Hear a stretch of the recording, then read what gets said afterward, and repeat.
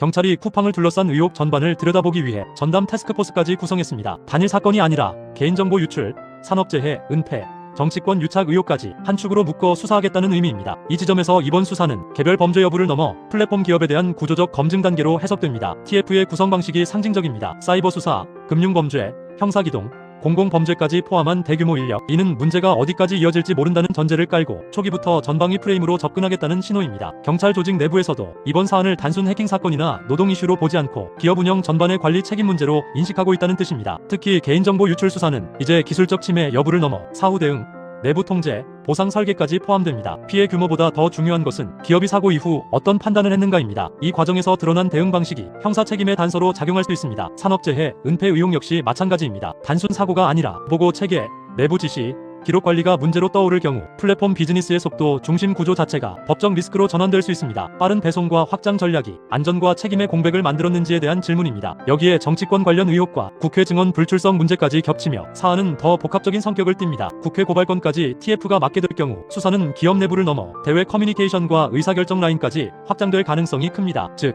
경영진 개인의 판단이 법적 책임으로 환원되는 구조가 될 수 있습니다. 이 수사의 파급력은 쿠팡 하나에 그치지 않습니다. 플랫폼 기업 전반에 규모가 커질수록 책임 기준도 달라진다는 선례를 남길 수 있기 때문입니다. 지금까지 플랫폼은 기술 기업과 유통 기업 사이에 회색지대에 있었지만 이번 사안은 그 경계를 명확히 하려는 시도로 보입니다. 시장과 투자자의 관점에서도 이번 TF 수사는 중요한 신호입니다. 성장성보다 거버넌스 리스크가 기업 가치에 먼저 반영될 수 있다는 경고이기 때문입니다. 소비자 신뢰, 노동 안전, 개인정보 보호는 더 이상 부수적인 이슈가 아니라 플랫폼의 핵심 경쟁력으로 이동하고 있습니다. 결국 이번 경찰 TF의 의미는 잘못이 있었는가 보다, 이 정도 규모의 기업이 이 정도 관리 수준으로 충분한가라는 질문에 가깝습니다. 수사의 결론이 무엇이든 한국 플랫폼 산업은 이 사건을 기점으로 책임의 기준선을 다시 그리게 될 가능성이 큽니다.